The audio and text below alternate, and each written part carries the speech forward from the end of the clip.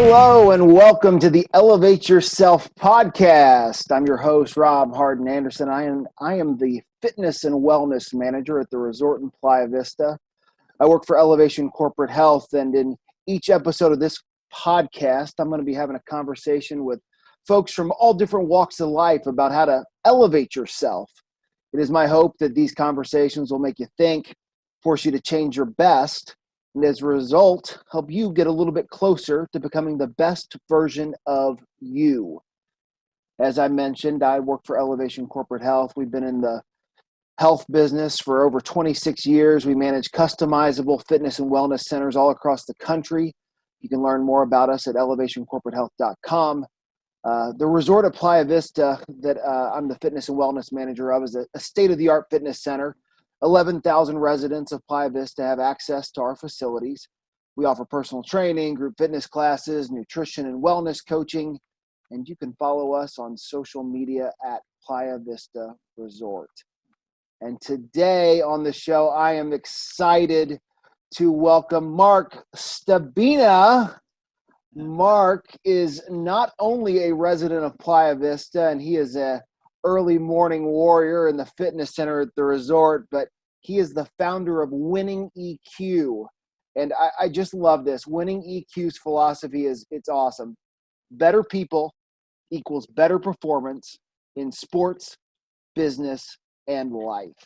And Marc's he's a former professional rugby player who faced adversity.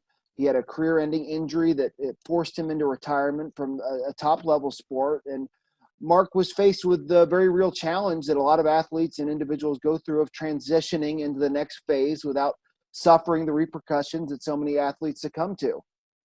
And after 2 decades of elite-level sport, combined with extensive study in EQ and leadership mastery, Marc created Winning EQ as a platform to educate and inspire people to better know themselves and achieve excellence in all aspects of life. And I think after that bio and that little history on Marc, you can understand why I am super excited to welcome Marc to the Elevate Yourself podcast. Marc, thanks so much for being with us today. Rob, are you kidding? You're excited. I'm excited. I think I'm more excited. Like I said, any opportunity to tell my story and inspire others, I'm always grateful for, buddy. So thank you. Well, awesome. Well, thanks for being with us. I shared some of your backstory there off the top, but I'd love to just start with, and this is something that I love to ask guests, and I always start this in the hiring process when I'm interviewing an individual. I always say, start at birth and go. Tell us your story. Do you give a time limit with that, or do you just, or is that part of the test? Is it like? Yeah, it's a little bit of part of the test, because I really think that if somebody just comes back with like a 20-second answer, you get your answer there. No, well, exactly. No, it'll be. I'll try and keep it to 20 seconds, but yeah, I'll do the edited version. Start at birth. Born in Sydney, Australia, as you can probably hear from the accent. And that was in 1976. So do the math, 43 years of age now. And I grew up in beautiful southern beaches of Sydney, a place called Cronulla. So anybody out there listening from the Shire, not from the Lord of the Rings, but the Sutherland Shire, that is me. I'm a Shire boy. And sport was a big part of my life, obviously, which then led into playing rugby. And rugby from the age of probably 5, competitively, and then turned professional after high school at the age of 20. So quite young, straight out of high school.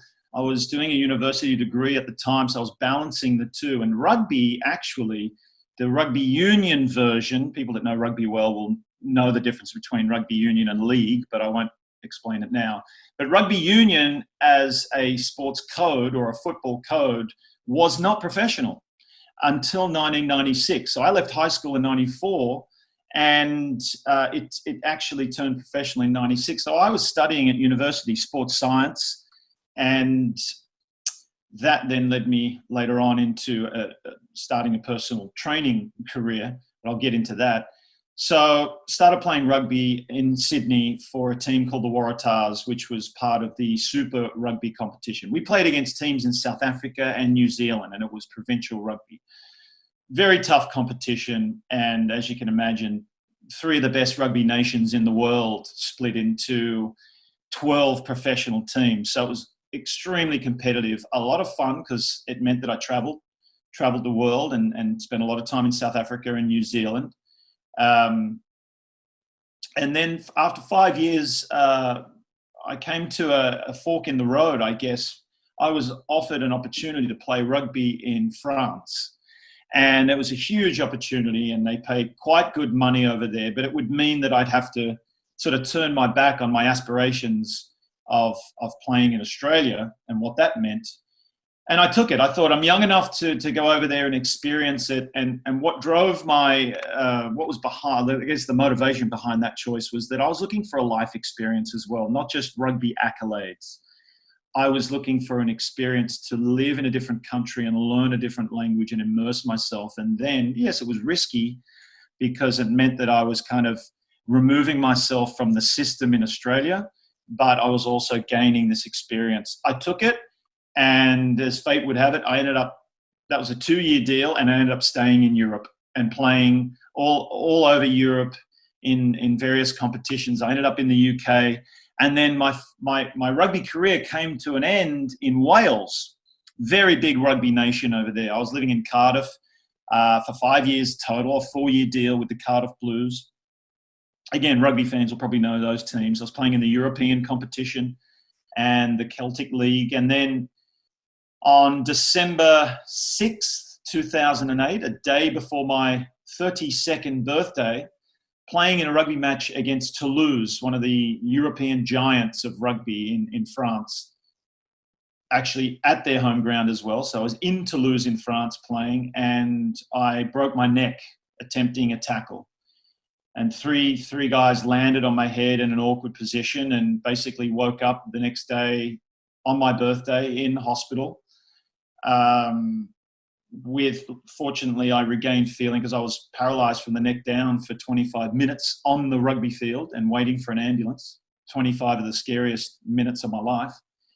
And fortunately, I woke up after a successful surgery 5 days later, walked out of hospital, and my new life began.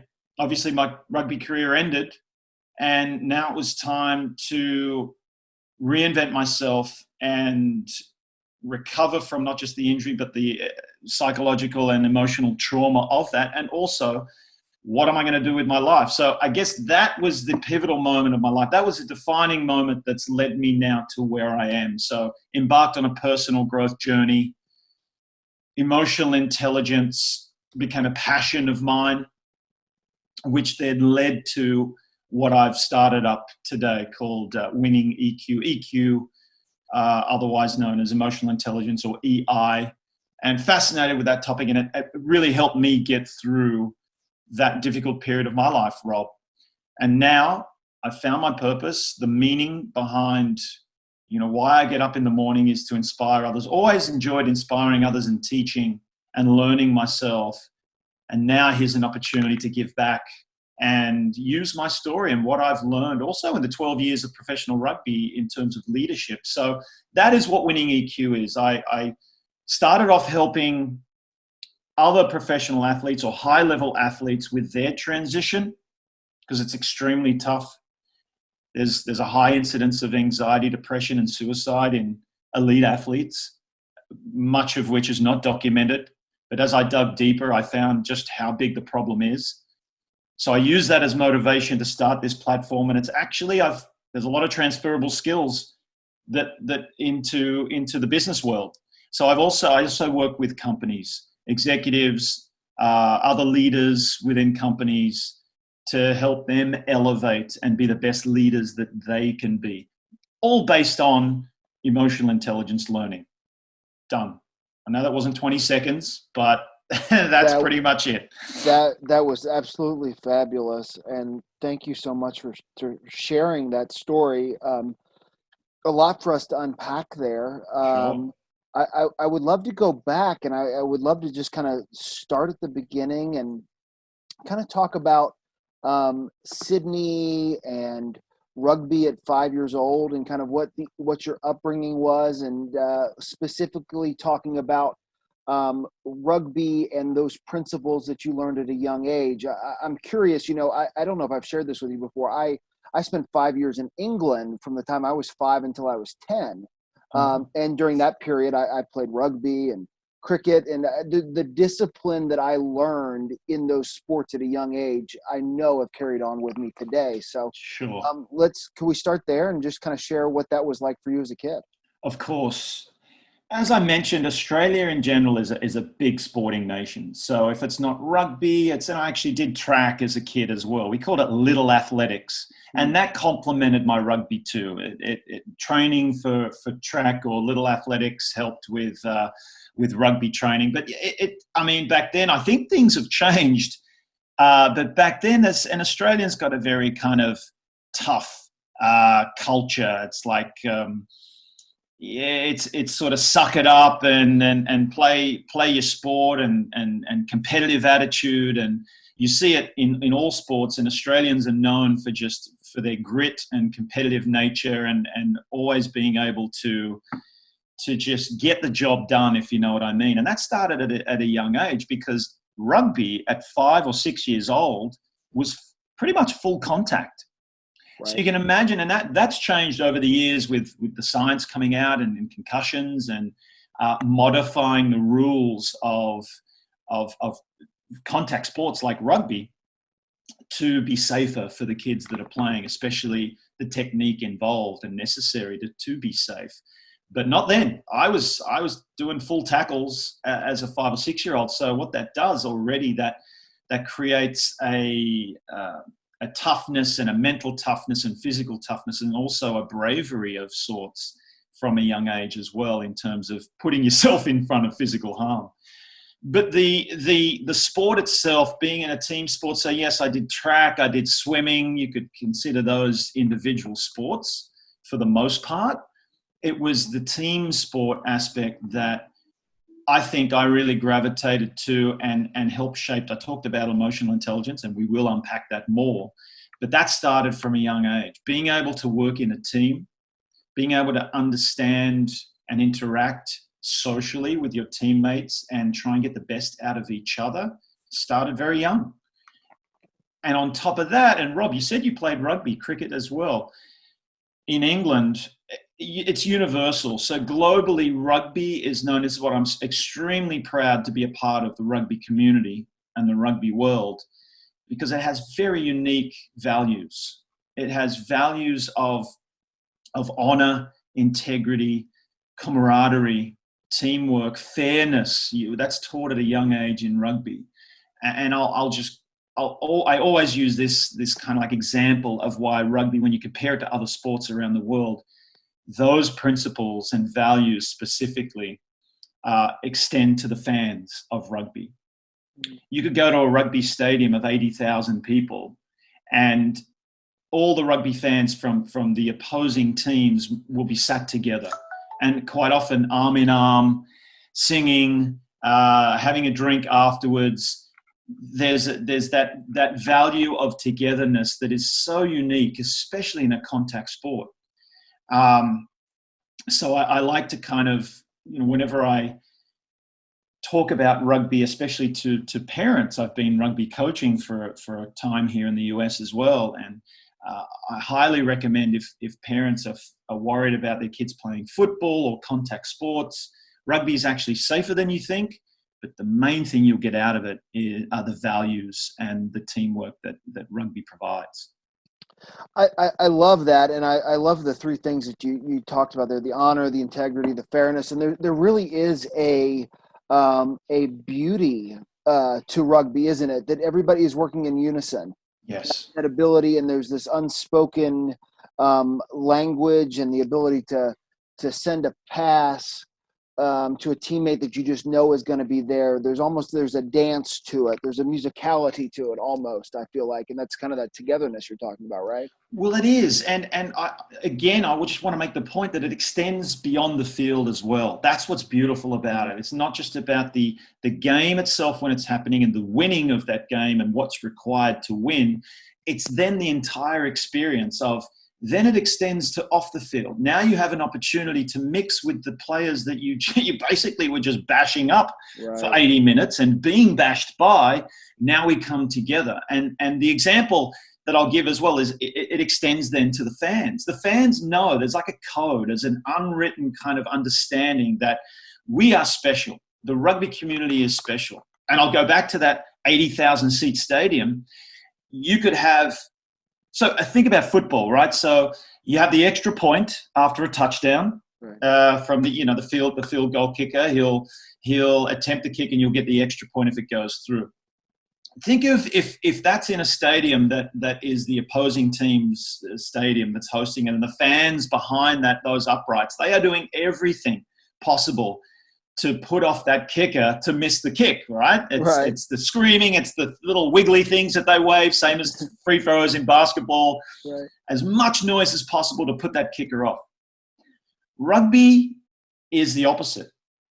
So even if you're in the opposing team's stadium, it doesn't matter if it's the home team attempting a kick at goal or the away team's kicker, it will be completely silent. Because that is an unwritten, can you imagine 80,000 people completely silent? It's eerie. And that's why I never wanted to be a goal kicker. I'm like, I can't handle that kind of pressure. I'd rather there be noise. You could hear a pin drop in a stadium of 80,000 people. And people just know that's what we do. That is rugby. That's the fairness. It's let's be fair to the opposition as well as to our own players, because that is the community that we're part of.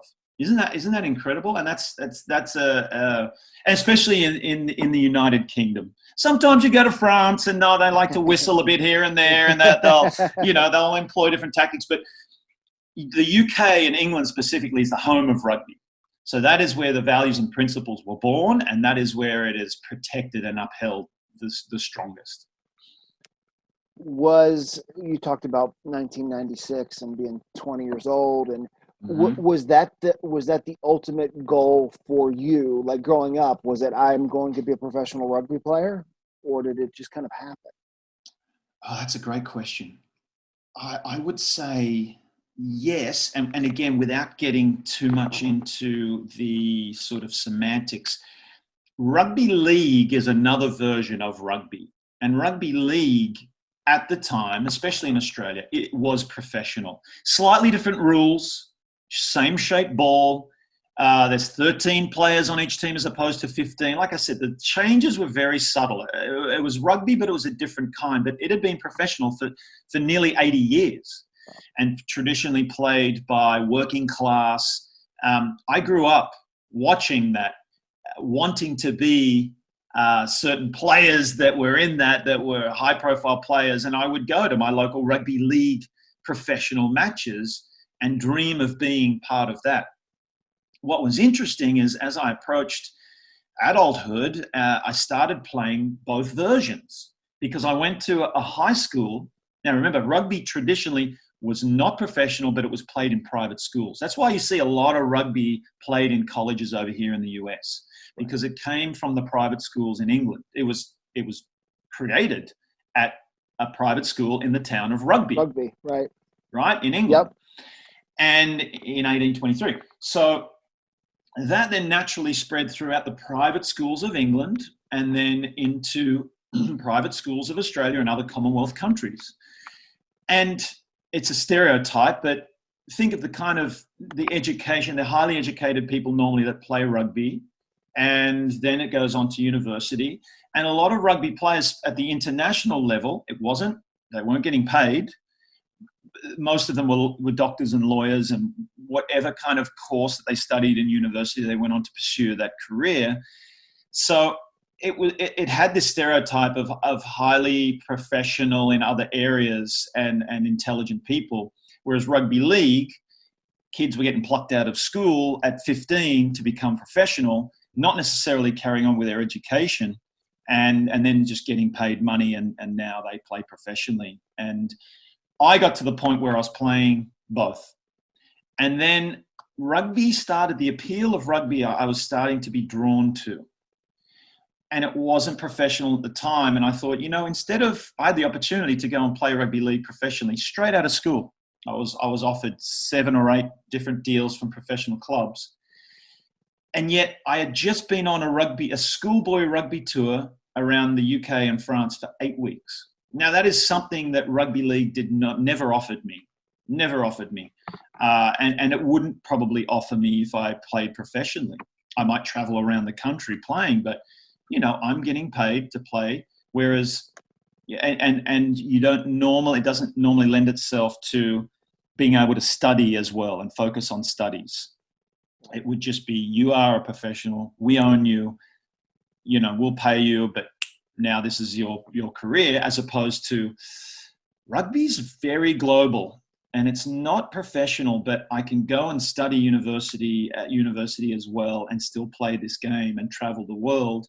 And as I was leaving school in 1994, there were talks of it becoming professional. So I need to add that, because it's like, I either go and be professional straight away in rugby league, a sport I already know how to play, or I go to university and I have faith that one day rugby union will turn professional, and then I get to travel the world with rugby and get paid. And sure enough, in 1996, that's what happened. It became professional. And I was in a really good position to be offered a contract because I was in the system. So wow. that was my thought process. Got it. And so you had to have that leap of faith in yourself, and then also have the leap of faith in kind of reading the tea leaves of like, this is where it's going to go, and that I'm going to start my education, have that experience, and then go rugby professional. Yes. And the bigger picture being, listen, my dreams of being a rugby league player and being on the TV and being paid a lot of money was now that motivation was starting to change. Right. Because, and I come back to that rugby tour of 1994, my final year of school. It was representing the Australian schools. And again, a very proud tradition. They traveled to the UK every 4 years, and they did an 8-week, for an 18-year-old to travel, it's huge. And it really opened my eyes. It opened my eyes to the world. It opened my eyes to the sport of rugby. And that did it for me. That was like, okay, now when I weigh the two up, there's way more opportunity, not just financially. There's actually wasn't financially as much as rugby league. So that was the big point in all of this, was I started to see there was something more. There was something bigger out there for me than just what I dreamed of as a kid, and that was just getting paid money to play a sport. It's amazing foresight, and I think a lot of 18-year-olds may not have had that in them.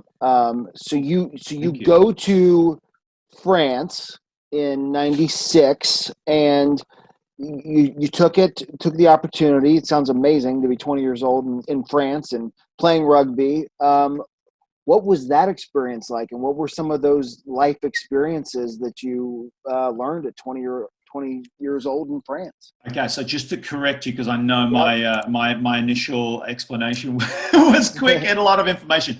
So I played in Sydney in the Super Rugby competition for 5 years. Okay. So it wasn't until I was 24, I think I might have just turned 25, that then I'm at the kind of like the pinnacle of my career in Australia, looking at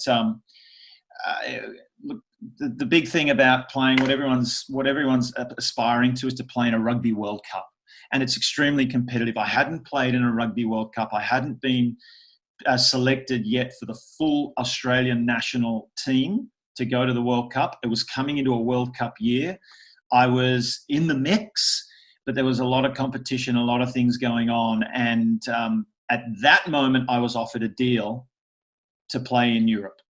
And just to give it some context, in Europe, especially in France, they have their own rules of how many foreigners they're allowed to select and have in their squad. And it was only 2. One of them, the spots was already taken. So they normally reserve these spots for very high profile rugby players in different countries. And I'd had a good enough rugby season that year with my Sydney team for them to be on their radar, for them to offer me a contract.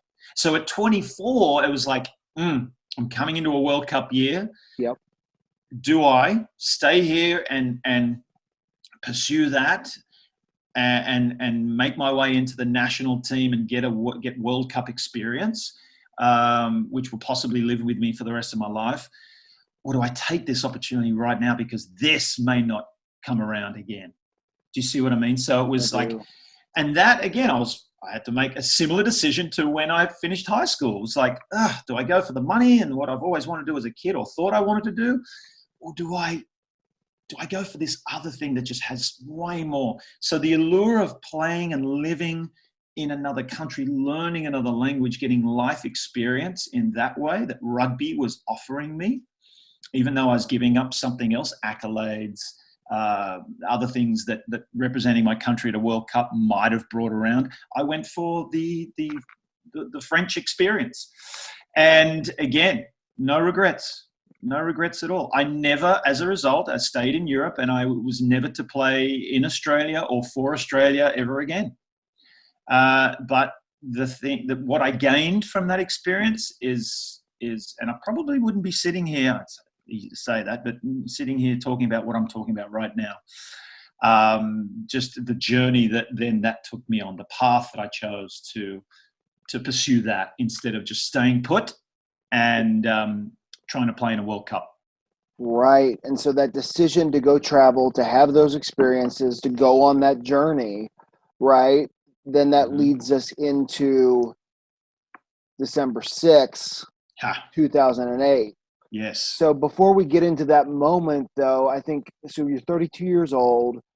How 31. Were you, 31, how were you feeling just in general at this point in your career? You'd been playing professionally now in this area in Europe, right, for 5-6 years. I guess give us the lead up in terms of coming into that before your birthday. Another great question. So that now obviously at 31, not as fast as I used to be, right. Not as, the body's taken a beating. Yeah. So, and emotionally and mentally, it's a tough grind year on year, and not just the physicality that's required, the mental toughness that's required. There's also the emotional side of being part of a rugby team or a club or a professional team that, I have to endure and I guess endure is the right word, year on year. If you're lucky enough to sign 2 years, it's very rare to sign longer than 2-year deals in the sport and in the sport of rugby. So, my contract was coming up again. So every time it's contract time, it's an extremely stressful time. Right. And not just that, but every week is selection time.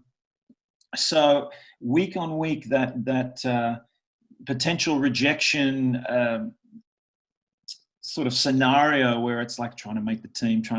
Now we've got young kids coming through and now they're being looked at. My body's starting to fail me a little bit. I've already had 7 surgeries to my body and 2 of them major shoulder surgeries. So to answer your question, coming into that final year, and then it's like, all right, I'm starting to think of where do I want to be after this? Do I renegotiate and play at the same club? Or do I look abroad and maybe there's an experience I haven't had, such as Japan, maybe somewhere else that could be a good life experience for me. Again, at that stage, it wasn't necessarily about the money. It was more about, obviously, I'd like to keep making money to live off, and it doesn't have to be exorbitant, but it's got to be somewhere I want to live again for the life experience. So I was already coming to the end of my career. I thought maybe I got 2 more seasons at this level of rugby left in me, and then it was in my mind already that then I want to move on my terms, whatever that may be. But I hadn't really formed what that looked like because I was still looking at another couple of years at this level of rugby. And then the decision was made for me, obviously, on December 6th. And so talk us through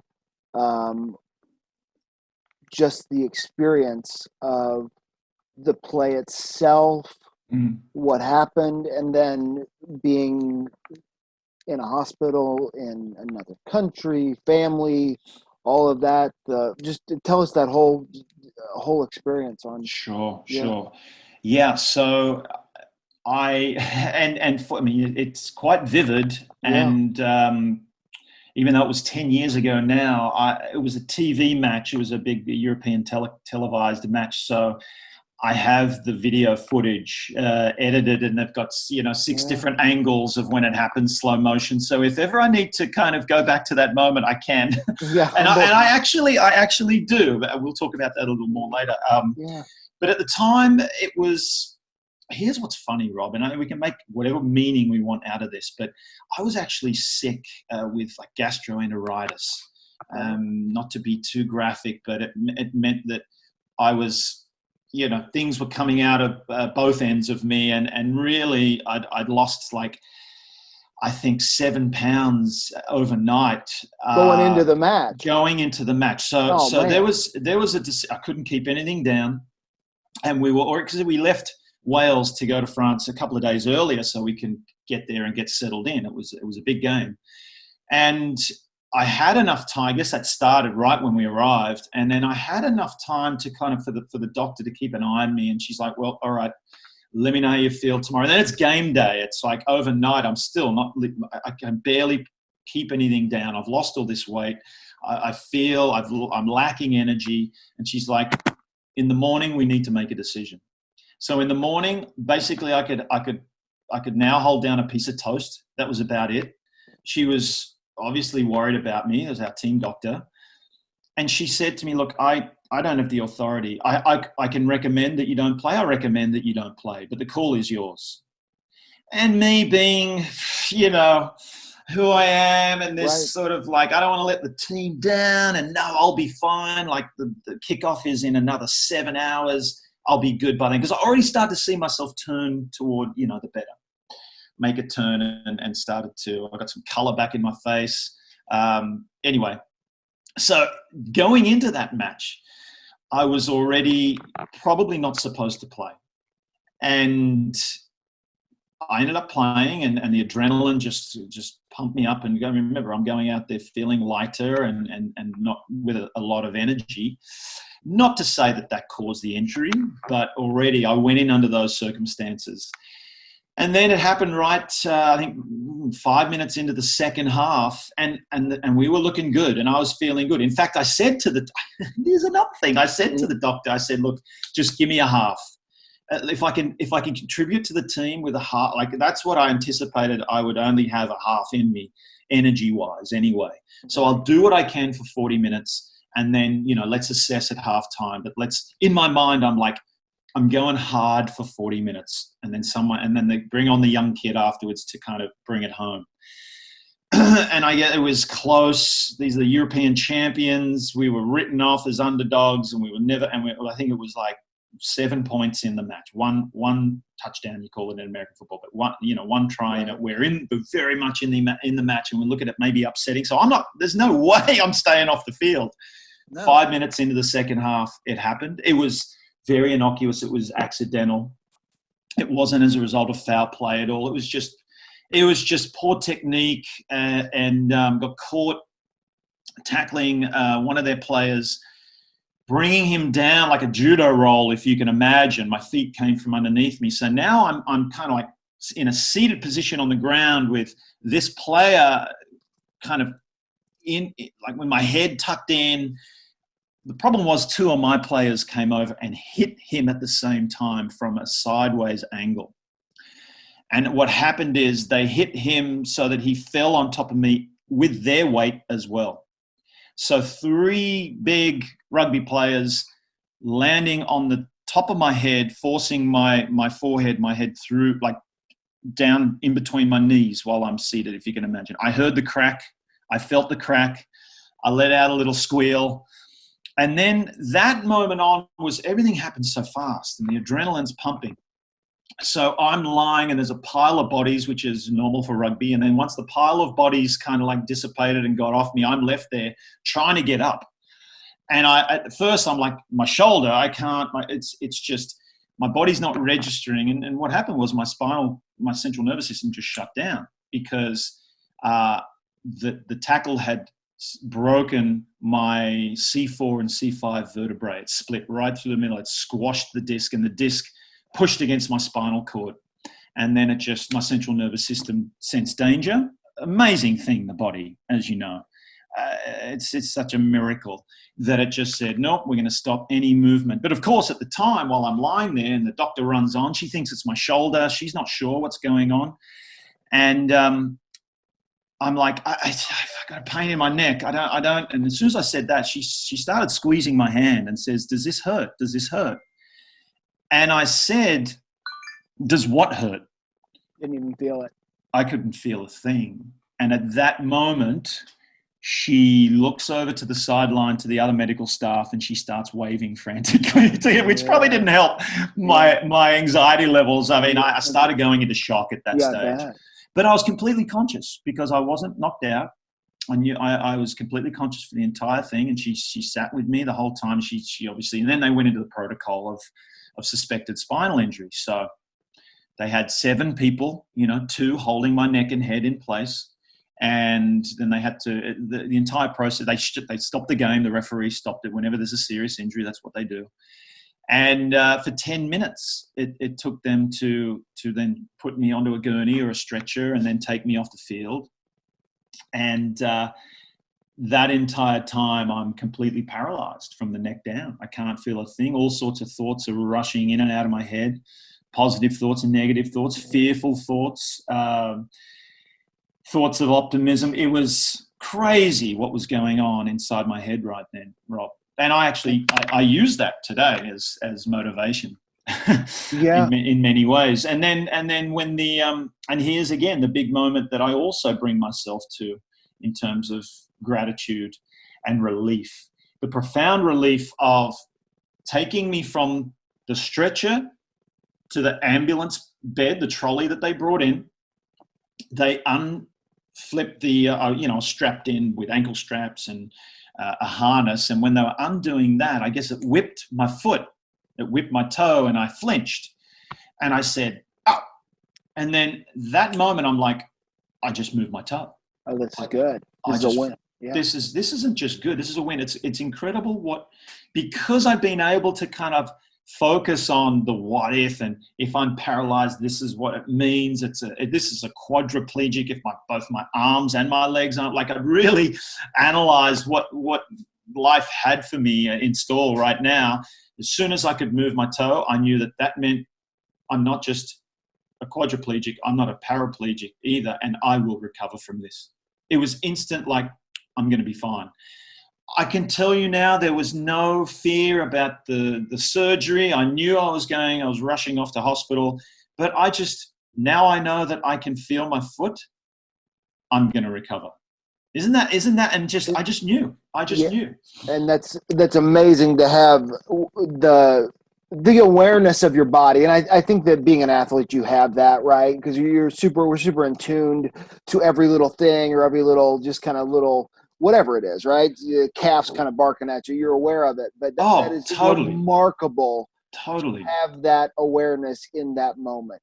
Well, and so many injuries, as you know, I've had, and having to deal with injury and then having to deal with the recovery from that injury. You just get to know your body so well. I'd get a strain in my calf muscle that was enough for me to have to stop training and stop playing, and I could pinpoint how long I would need.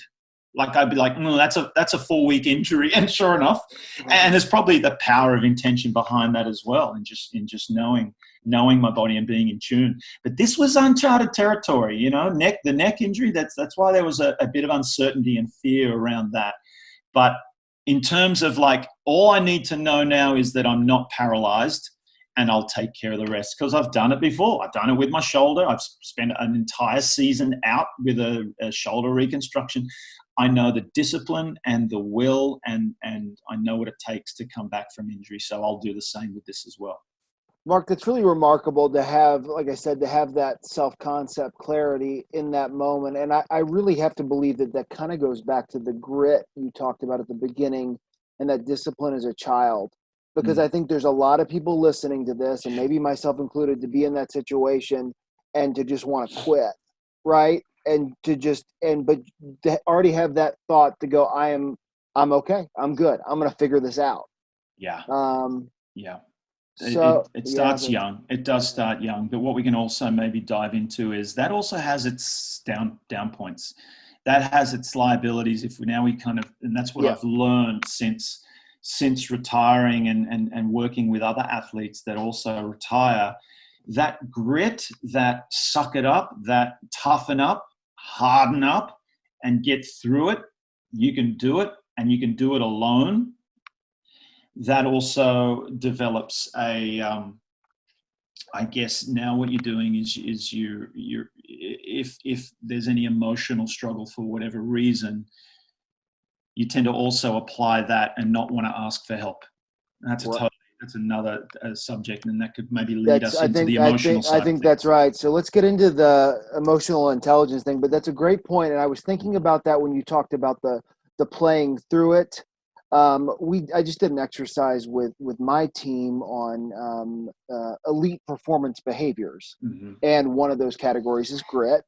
And there is a very interesting correlation between those individuals, and myself included on this. Those that score particularly high on grit typically score lower on things like recovery and restorative and those other things, right? So if your grit is too hard and you go, I'll just push it, I'll just suck it up, right? Then we start seeing the stressors coming in to other facets of performance. Exactly.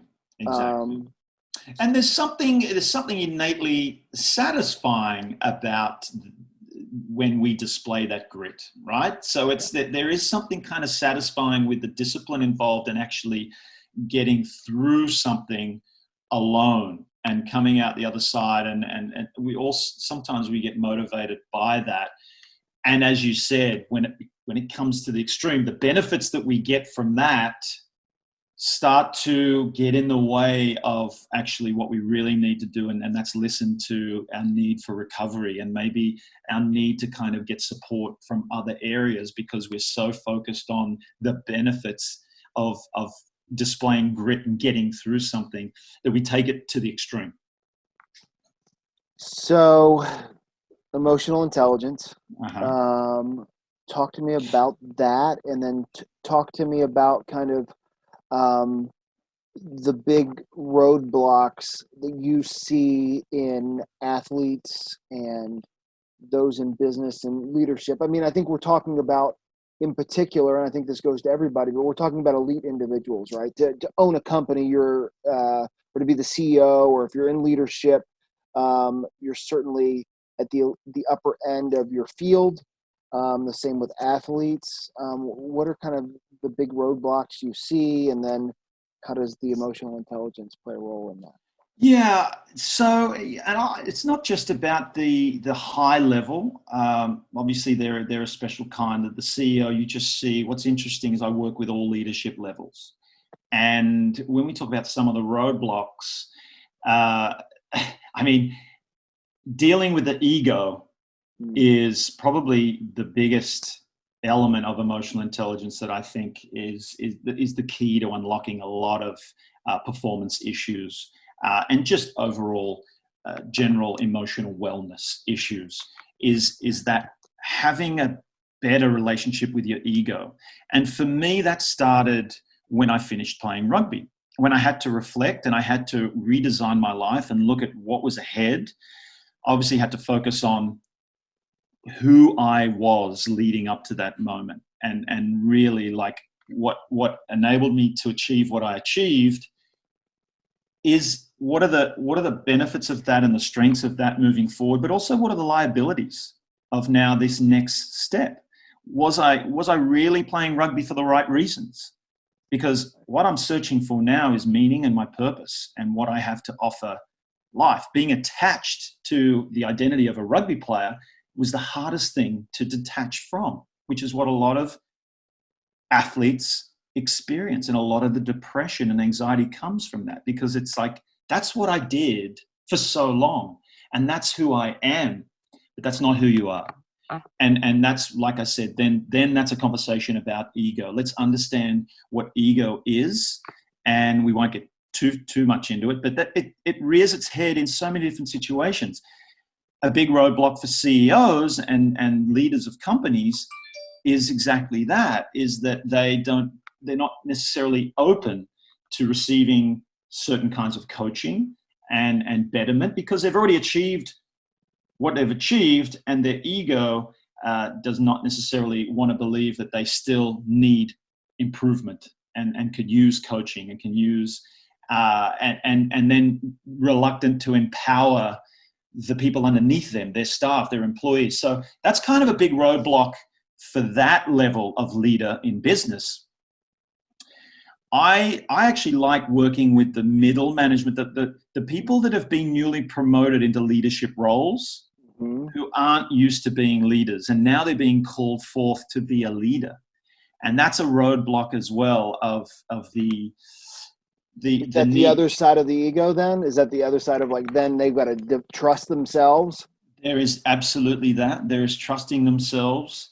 But also specifically, if we're talking about the ego, and taking things personally and being attached to certain things and making a meaning of it, looking at things as, this is who I am and this is what it means about me. And what I mean by that is, and there's so many situations daily where that comes up, giving and receiving feedback is a huge part of performance, as you know, Rob. You know, with your clients, you're constantly giving feedback on corrections of form. And when it comes about mindset and habit, sometimes as coaches, we need to interrupt their thought patterns, and normally it's rooted in them and their ego. Normally it's because if they're given feedback, they take that on board and they take it personally.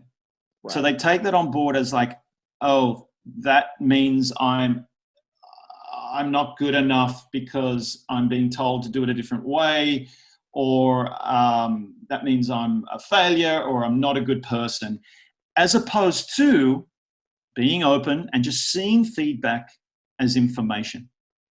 So this is at all levels. I love the topic of feedback. If you have a growth mindset, feedback is crucial. Feedback's crucial in life in order to grow and get better. The problems arise and the roadblocks arise when there is a resistance to receiving feedback. And we tend to make it personal, and therefore the feedback doesn't land as information that we need or don't need. Like, we just, being able to look at the feedback as information is important in growth. And then on the other side of that, it's being able to deliver that feedback. And that's a big problem that newly kind of appointed leaders within companies, they have that trouble as well, is delivering now feedback to their friends and their colleagues that they used to work alongside. And now, since their promotion, now they kind of, now they're the boss of those people in a way. And that people struggle with that.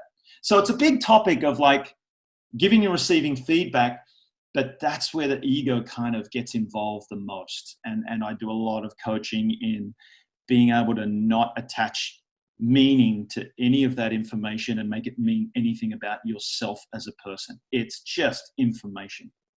And an opportunity, which I love, right? An opportunity. Great, that it's an opportunity. Okay, great, right? So if you turn it and go, how awesome, I'm getting this awesome opportunity of feedback to get better, as opposed to this person's attacking me. But that's challenging, especially when people feel vulnerable or in a situation where maybe they don't have the confidence of well, exactly. But again, we can go back, and that starts with the choice, the decision to have a growth mindset, to just know that this is the person that I want to be. These are the character traits that I'd like to develop, that I know if I develop, I'll achieve what I want in my life, in this position, in my relationships, in whatever it may be. So it starts with a conscious choice to be, you know what, every step of the way, and it's a practice. Keep coming back to, I'm committed to growing. I'm committed to being a better person. I'm committed to elevating every day. So having said that and being connected to that, then I get to take that feedback as information.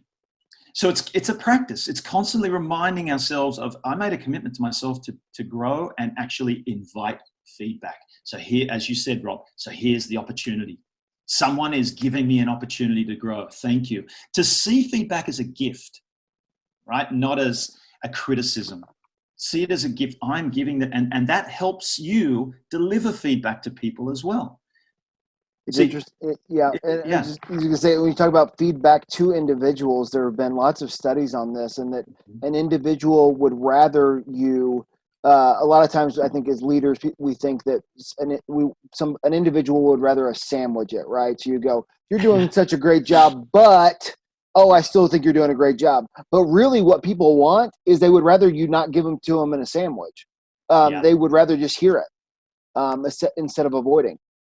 That's right. And again, there's a lot of factors that feed into that. In particular, what kind of relationship and trust have you built with that person? It looks different in different ways. So that's, you got to be mindful of that too, is like, where am I with this person in terms of trust? Have I built enough trust that I don't need to deliver the sandwich? They know in me, I've already proven to them that I am here for them. I'm coming from love and just wanting this person to elevate. And whenever I deliver feedback, and it might need a discussion. There might be a feedback session that's just like, hey, let's discuss what feedback means when I give it. Here's what it means, just so you know. So then you can just get to the nitty gritty. And as you know, when we respect people more when they're willing to give the feedback, and there are obviously more effective ways to give it, the language you use. You need to understand also the personality type of that other person. But when it comes down to it, be courageous. Deliver it in the way you need to deliver it, but make sure you deliver it and it's clear, and stop worrying about if you're going to hurt that person's feelings or if they're going to not like what they're hearing and therefore not like you.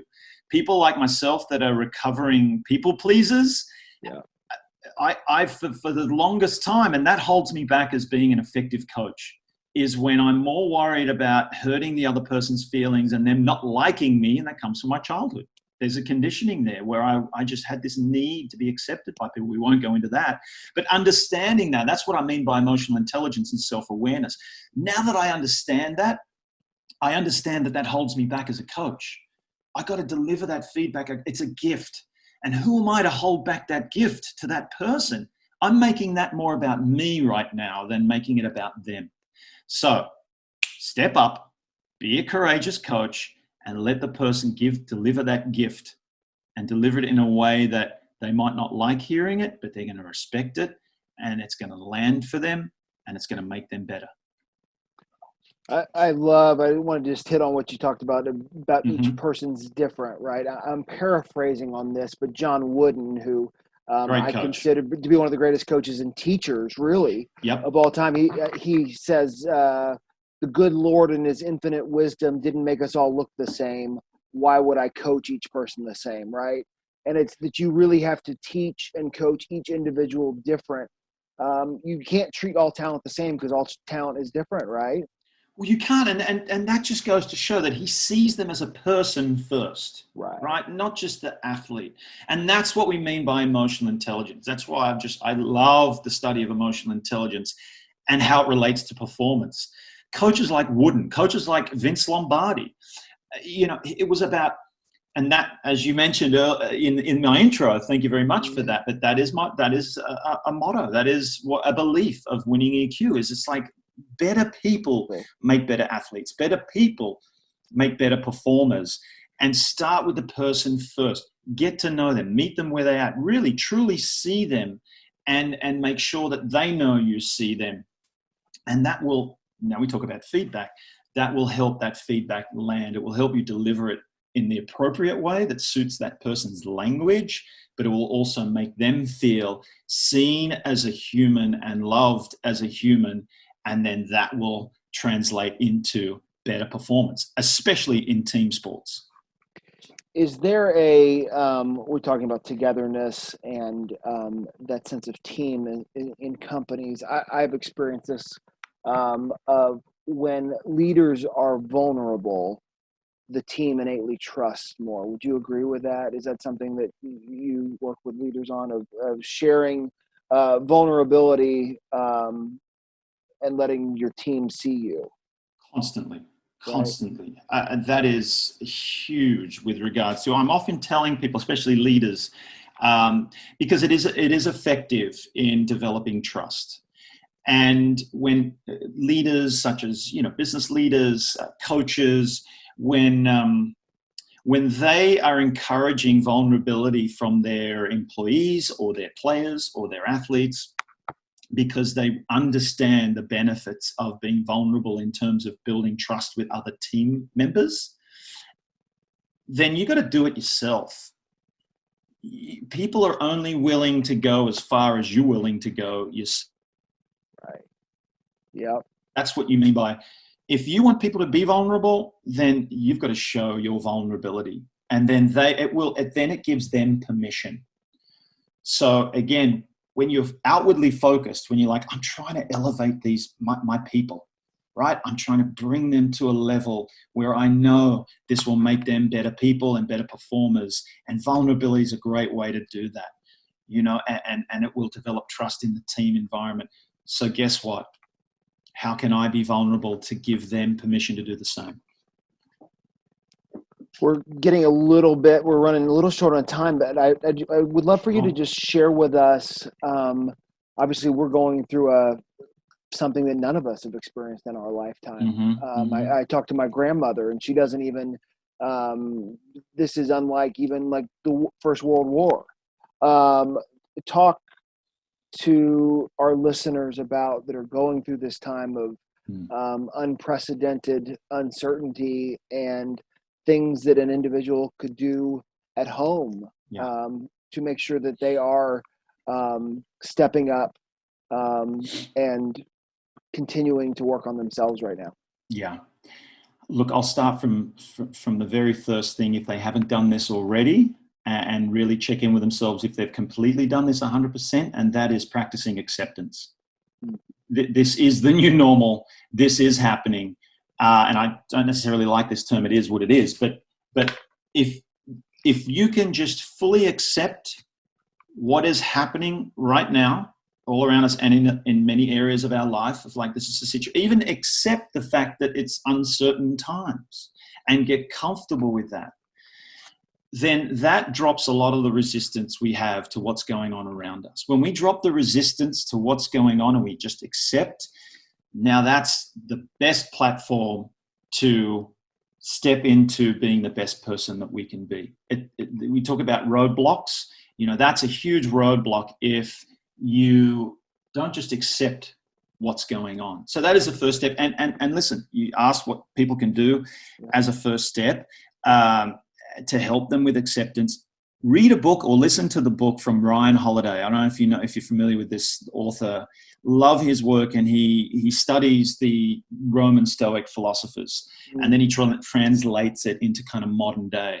And there's a book of his called "The Obstacle Is the Way." Yes. I love that. That. Yes. So read it, listeners, viewers. Read that book. Actually, if you haven't got time to read all of it, which I highly doubt you don't have the time, but there's a wonderful app called Blinkist.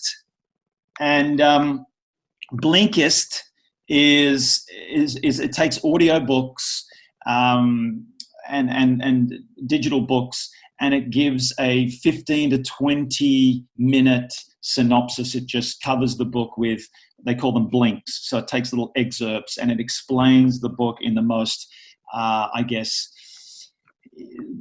most important points that help explain what the book is. So go on Blinkist, go to Ryan Holiday, The Obstacle Is the Way, and it'll just really help you gain perspective of what's going on and acceptance, and then again give you the opportunity, give you the mindset to find the opportunities in the disruption. That's really what it is. You said you got to drop the resistance, and I think about that when I was training for the Los Angeles Marathon, right? Yeah. You get going, and the minute I'm going, this is going to hurt, all of those things. The minute that you can drop that and go, I'm dropping this resistance, accept that it's going to hurt. Don't try to fight it. Yeah. It's the same thing in this of changing what you normally do. You've got to go, no, I'm not going to get to do that. Okay. So this is what I can do. And how do I make the most of that? Right? Totally right. And again, what if we can take it another step? And it might seem crazy to some people and a little masochistic, but it's reframing things. This is going to hurt. And isn't that wonderful that my body's going to feel that, and then it is going to respond in a way that will build some resilience around that physically, so that this would get easier the next time I do it. By putting my body through this pain, or mentally, it's like I'm showing myself what I'm made of.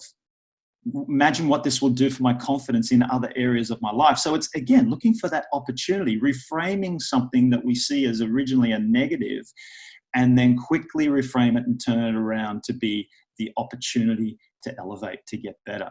So that just on that point, it's not just, I hear a lot of people, and this is with Winning EQ, I'm developing and about to release like a survival guide, right? So a guide to this, particularly this period of uncertain times. And I call it survival because the word survival comes up initially when this is unprecedented, this is weird, this is new, this is scary, and the language that everybody uses around this is in a very survival kind of mechanism way. So our survival instincts are kicking in, such as the hoarding that you're seeing going on with the toilet paper right now, right? So, okay, I get it. There's survival instincts. We don't know what's going on. A lot of the language people are using, you've probably had it when you check in with friends. It's like, how you doing? A lot what comes back to me is, I'm just getting through it, or doing my best to keep my head above water, and I'm just trying to, I'm knuckling down, and that kind of language is like, okay, it's survival. It's just getting by. What if we can take that and add the thriving element? You can actually thrive in this moment. If you just reframe things to be like, okay, start with acceptance. This is what's happening right now. Where are the opportunities to thrive? There are so many opportunities to look at yourself coming through this to the other side, having elevated as a person, where if this wasn't happening right now, we might not have put the focus on that. It's all mindset, and it's changing it to this is an opportunity. Look at all this time I have. Oh, I can do all these things that I didn't do before. Exactly. And I know that when you talk about your moments, just to kind of recap everything we've talked about, I know that all of your experiences lead you into this moment right now where this is not as scary to you, whereas you are able to view it as an opportunity because you've been through all these other things, right? You go, I was paralyzed for 25 minutes. If I can survive that and come back from that, this is nothing, right? Absolutely. And listen, it's not to say that I don't get scared. There's still conditioning there that's a constant practice. I'm breaking through. I have the awareness that I have a tendency sometimes to get a little scared, to develop a scarcity mindset, right? Which, what I mean by that is the fear. Finances is a huge one. A huge topic of anxiety for people right now is the financial uncertainty. The world is being turned on its head economically, and it's affecting a lot of people. So it's not to say that it doesn't come up in me, but yes, thankfully my experiences and my learning and my commitment to growth and self-awareness gives me the tools. So it's given me the tools to see the opportunity at hand, to then be able to apply it and practice. It's a constant practice, Rob, as you know, but practice. Okay, I'm feeling a little like this right now. I'm feeling anxious. I'm getting some scarcity conversations right now about my money, right? And then apply the tools that kind of takes me through step by step, that it's actually not as scary as you making it out to be. And here's why. So let's revisit that. Let's use the tools. Let's practice. And then it brings me back to that level of calm and presence and clarity that I need to push forward. Just Just awesome. I can't thank you enough for joining us, Marc, and I appreciate your vulnerability and sharing your story. And I know that I'm going to acceptance in all aspects of things I do. It's been a wonderful reminder for me. I would love for you just to share for those listening, where can they learn about Winning EQ? Where can they go to learn about you? If they wanted to reach out to you, somebody's got a company, they want to bring you in to speak to them, where can they learn about you? Sure. Thank you, Rob. And thanks for saying that. And again, give me the opportunity to babble on for the best part of an hour and 10 minutes. We could keep going all day. Yeah. WinningEQ.com. Very simple. Winning is as in WINNING, and EQ as in emotionalintelligence.com. And everything you need right there to contact me is there on my website. You can have a little browse through, see some of the stuff I do. And I'd love you to subscribe as well, because I release articles and news and updates on little free programs that I offer right now. So please subscribe. And also on Instagram, you can follow me and my life on Yogs Life, YOGSLIFE. Now that's an entirely other podcast episode. Maybe you'll get me back to talk about what Yog means, young older guy originally. Now it's the young older generation. You need to be 35 and above to be considered a Yog. I'll just leave it there. Okay. Well, we will link to everything Winning EQ and to Marc and to Yogs Life on our social media. Thank you, again, thank you so much for joining us, Marc. Like you said, it was hard to believe that this has been an hour, and we may need to have you come back for a part 2 at some point. Because I'll be ready. I think especially in this time, everybody's kind of struggling with this, and I have no doubt that this information here is helpful for. Yeah, I'd love to do that when you're ready. We can zero in on more specifically these times. Like I said, the survival guide. I can talk you through the 3 steps. I already talked about the first one, acceptance. The second one is assessment, and then it's action. So we can dive into those whenever you feel ready. Thank you so much, Marc, and keep doing what you are doing, and I have no doubt that we will see you back in the resort gym soon. Look forward to it, mate, and you too. Keep doing this. This is valuable stuff that we all need, so thank you for that.